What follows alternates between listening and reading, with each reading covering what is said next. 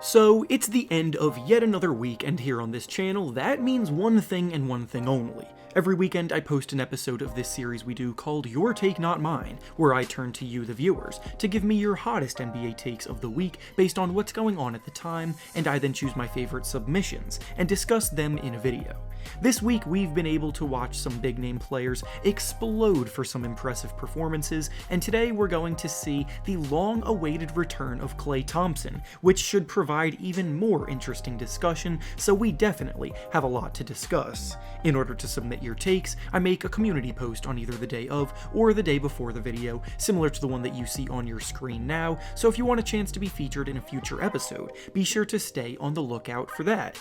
Before we start though, I want to thank PrizePicks for sponsoring this video. PrizePicks is the perfect service for all of us basketball fans here because when you're involved, it makes watching the games every night so much more fun and engaging. Basically, it's an application that provides you with lines on all kinds of individual player props, such as points, rebounds, and assists and three-pointers made, and you simply have to choose whether you believe they will record over the set amount in the line or under the set amount in the line. Make your selections, wager however much you want to, and if your picks hit, you can win some big money. For some picks I'm looking at making for tonight's games, I'm probably going to go with Kyle Kuzma to score over 17.5 points, keeping his hot streak going, Klay Thompson to actually score under 12.5 points in his return because he is supposed to only be playing limited minutes, and Draymond Green to dish out over 8.5 assists. If this sounds at all intriguing to you, then go use the link down in the description of this video to sign up today and use promo code REFERENCE to receive a 100% deposit match bonus up to $100. Once again, thank you to PrizePicks for sponsoring this video. Now let's get back into the topic at hand here. The first take we'll be discussing today comes to us from Vang, and he says that the Atlanta Hawks are who many thought they were all along, a fluke, especially after last season. The Hawks certainly exceeded all expectations last year after, as the 5 seed in the East, making an improbable run all the way to the conference finals. They beat the Knicks' dominant defense and the number 1 seeded Sixers on this run before getting eliminated by the Bucks. But when you make a run like that, it can end up being a bit of a double-edged sword. Of course, runs like this are a good thing because they prove that the team was good enough to compete at the highest level. The bad part, though, is that it also sets a team's expectations much higher than maybe they should be. And if they aren't able to replicate that production the next year when everyone expects them to be solidified contenders, then they're going to be viewed as a disappointment. This is basically what's happening right now,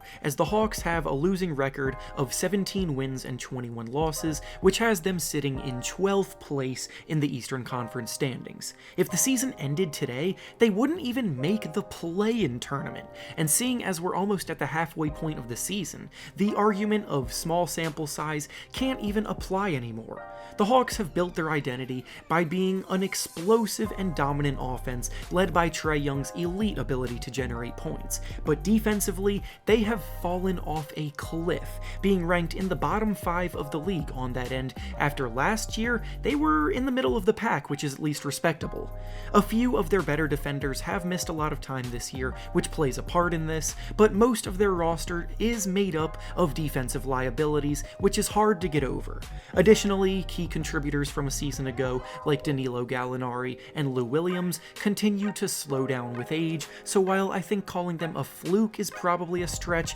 I do think the regression could have been predictable based on all of this.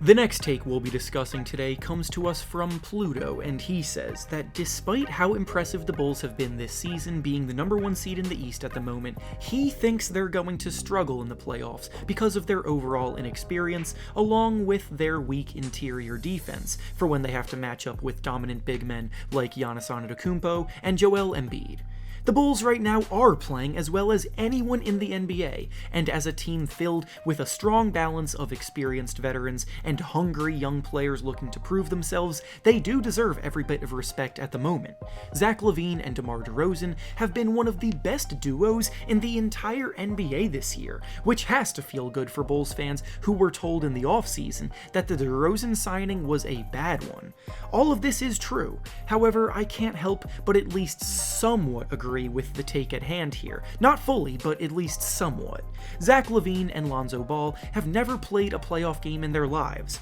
DeMar DeRozan has a history of underperforming in the playoffs, and Nikola Vucevic's defense can be easily exploitable when he's forced to match up with the best big men in his way. The Bulls haven't played the Bucks yet this season, so we don't necessarily know how they match up quite yet, but the 76ers have played them twice and beaten them twice, with Joel Embiid having dominant performances in both of those Sixers wins, hinting at the fact that there is some truth of the possibility of them being vulnerable against the big men being the case. It's definitely going too far calling them pretenders because they are a very good team, but there are some things to be wary about regarding their ability to make a deep run.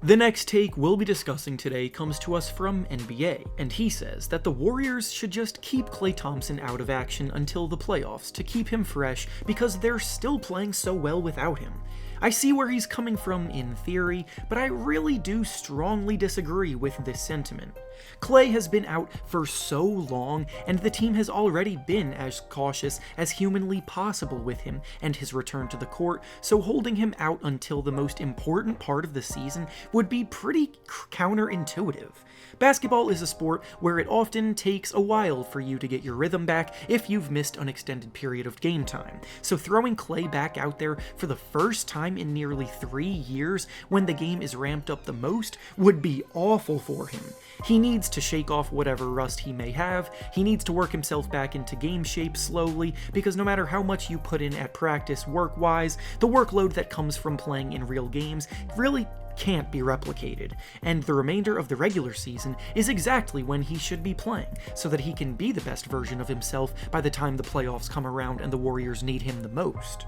And finally, the last take we'll be discussing today says that Giannis Antetokounmpo is actually having the best season so far overall and should be the MVP favorite right now. This one definitely isn't the common belief amongst most NBA fans, based on what I've seen at least, yet I honestly feel myself buying into it. Steph Curry is everyone's favorite, but the reality is that he's been actually having somewhat of a down year by his own standards, and his shooting has not been nearly as efficient or effective as we've seen from him in years past. Kevin Durant is another guy who rightfully has been in the conversation, but the Nets themselves have been on a little slide of their own lately, and that could hurt his chances too. I'm planning on making a full video discussing the MVP race this year and why it's a lot more wide open than people may think it is, but basically, there are a ton of realistic candidates worth mentioning for this award, and Giannis has been quietly building quite a resume to win it. For a while, the Bucks were missing most of their starting lineup,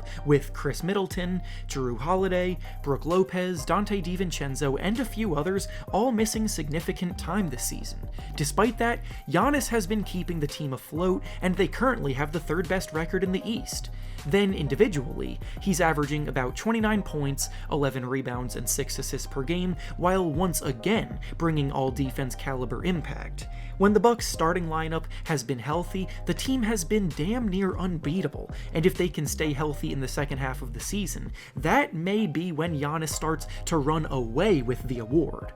And with that being said, that's all I have for you today. Make sure to like the video, subscribe to the channel, and comment down below what you think about the takes we discussed. Thanks for watching, and I'll see you all next time.